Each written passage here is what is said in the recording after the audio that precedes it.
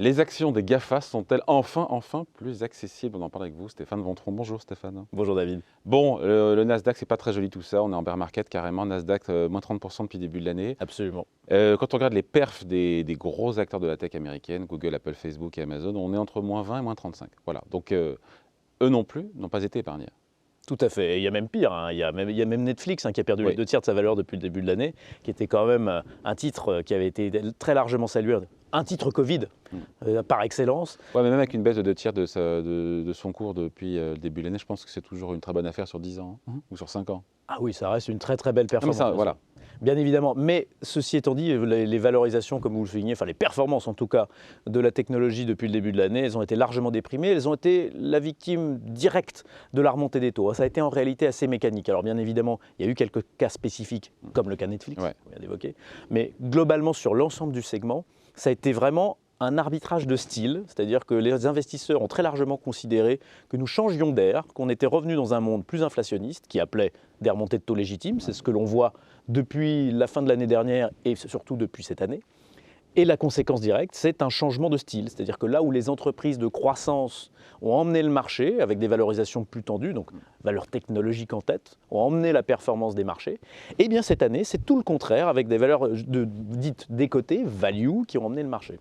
Après, pour le commun des mortels, il se dit, attendez, mais les taux d'intérêt remontent, ok, en quoi est-ce que Google, Amazon, Apple et Facebook ou d'autres, pourquoi leur cours devrait baisser parce que les taux d'intérêt remontent? Parce que c'est une mécanique financière en réalité, c'est-à-dire plus les entreprises offrent de croissance, plus on va modéliser cette croissance sur une valeur future. Tout notre instrument, en fait tout notre métier en tant que gérant financier, c'est de modéliser des flux de trésorerie futurs. Ces flux de trésorerie futurs, comme pour des marchés obligataires, comme pour tout flux de trésorerie, sont sensibles à l'évolution des taux. Et donc, en moyenne, plus les taux remontent, plus les valorisations doivent être faibles. Et donc, c'est une des raisons pour lesquelles on se dit, dans un marché où les taux remontent, je vais préférer, en moyenne, des valorisations déprimées, des valeurs plus décotées, qui ont des multiples de valorisation plus faibles, parce que je suis moins sensible à une remontée des taux. Est-ce qu'on peut dire que, alors, bon, peut-être que j'y vais un peu fort, est-ce que les GAFA sont bradés? Ce qui est vrai, c'est que leur valorisation était largement stratosphérique pendant très longtemps. J'ai regardé, quand on regarde aujourd'hui les price earning ratio, les ratios cours sur bénéfice sur beaucoup de boîtes, encore une fois, sur les GAFA, on est en gros moins de 20 fois les résultats. Tout à fait. Pardon, moins de 20 fois pour des GAFA.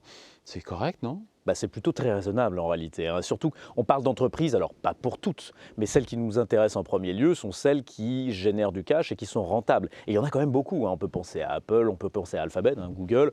Ce sont des entreprises qui ont des taux de marge de l'ordre de 30%. C'est absolument colossal. Donc c'est de la croissance rentable qui génère beaucoup de cash. Et d'ailleurs, des entreprises qui, je l'indique, ont beaucoup de cash au bilan. Ça, c'est souvent aussi un élément qui est sous-estimé par le marché, qui va justement apprécier les valeurs financières parce que quand les taux remontent, on se dit que les valeurs financières vont générer plus de marge, plus de résultats, ce qui est juste. Mais en revanche, en négligeant totalement le fait que les 13 premières valeurs du Nasdaq ont plus de 1000 milliards de dollars au bilan. Donc on se dit quoi? Alors il y a cette résilience, encore une fois, des résultats des GAFA, résilience au global, d'ailleurs même avec le ralentissement. Pour l'instant, il n'y a pas eu de pète, il n'y a pas eu de mauvaise surprise, non? Et précisément parce que, en fait, quand on est sur cette valeur de croissance, alors il y a une dimension sur les valeurs technologiques, il y a plusieurs mondes. Il y a les semi-conducteurs qui sont des typologies plus cycliques, quelque part, parce qu'en deuxième rideau de la chaîne de valeur. Et en revanche, il y a des valeurs, justement, qu'on évoquait à l'instant, comme ça peut être le cas d'Alphabet dans une certaine mesure sur certains de ces modèles, qui ont des cycles de valeur et de croissance qui sont assez autonomes, qui sont beaucoup moins cycliques, et donc sur lesquels, quelque part, un ralentissement va nous amener à préférer ce type de valeur pour sa résilience. C'est-à-dire que, certes, ce sont des entreprises qui vont croître moins vite, quand l'économie est moins bien orientée, mais qui vont continuer à croître. Là où des entreprises plus cycliques vont, elles, avoir des chocs très forts sur leurs résultats. On peut voir ça comme une opportunité ou pas? Parce que tout le monde en voulait, tout le monde s'arrachait les GAFA quand ça valait 30, 40, 45 fois les bénéfices. Et aujourd'hui, plus personne n'en veut, entre guillemets, alors qu'on est à moins de 20 fois. Je crois que c'est Meta qui est 13 fois les résultats. Donc, absolument, oui. Là, 13 fois, c'est le cas 40, quoi. Oui, à peu près.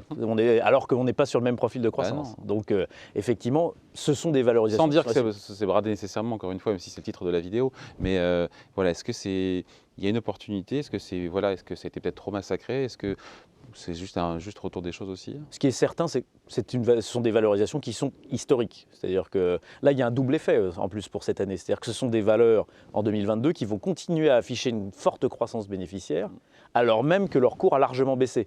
Donc ça veut dire que si on parlait tout à l'heure du Nasdaq qui est à moins 30, mais en termes de valorisation, la valorisation du Nasdaq a baissé de l'ordre de 40%, puisqu'elles vont continuer à croître, ces entreprises. Donc effectivement, en l'espace de 9 mois, on a eu un niveau de décote qui s'est opéré sur ces entreprises qui est très intéressant. Enfin, la correction d'une surcote, peut-être pas une décote non plus, on en est là aujourd'hui?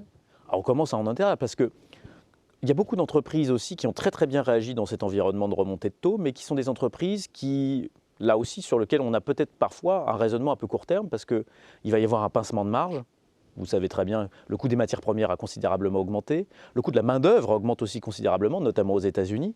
Et donc, du coup, sur des entreprises cycliques qui ont parfois de la dette, la capacité à générer de la croissance, elle a été très forte en 2021 dans un cadre de plan de relance. Elle va être très compliquée dans les années à venir et surtout à maintenir les marges. Les entreprises dont nous parlons, les valeurs technologiques, sont, elles, en revanche, beaucoup moins sensibles parce que le coût des matières premières est assez négligeable dans leur mix. Et donc, du coup, leur capacité à préserver leurs marges dans un environnement plus chahuté est extrêmement forte. Pourquoi tous les investisseurs ne se ruent pas dans ces cas-là sur les GAFA, une fois qu'on a dit tout ça? Ça commence à être un facteur d'interrogation très fort. Sauf si on a changé de paradigme. Mais en fait, Et sauf si le bear market se poursuit sur le Nasdaq, et dans ces cas-là, on se dit que les GAFA, là encore, ne seraient pas épargnés. Parce qu'on rien ne dit, encore une fois, que le Nasdaq a touché un plancher. ça correspond en fait à une vision qui est justifiée, qui est de se dire que les taux vont continuer à monter aux États-Unis. Et c'est le cas. D'ailleurs, ils ont eu une respiration, ils sont montés jusqu'à 3,40 sur le 10 ans US. Au moment où on se parle, ils sont inférieurs à 3%.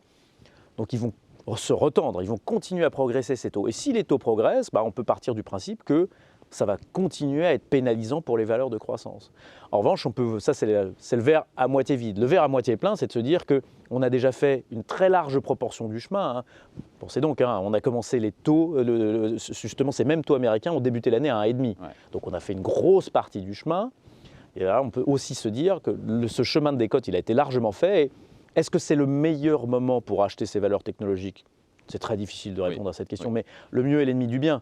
Et donc je dirais que de ce point de vue-là, acheter dans des bonnes conditions, ça peut suffire à faire de très bonnes affaires en bourse. Voilà, puis le pire n'est jamais certain. Absolument. Merci beaucoup. Analyse et points de vue signé Stéphane Ventron pour JP Morgan Asset Management. Salut.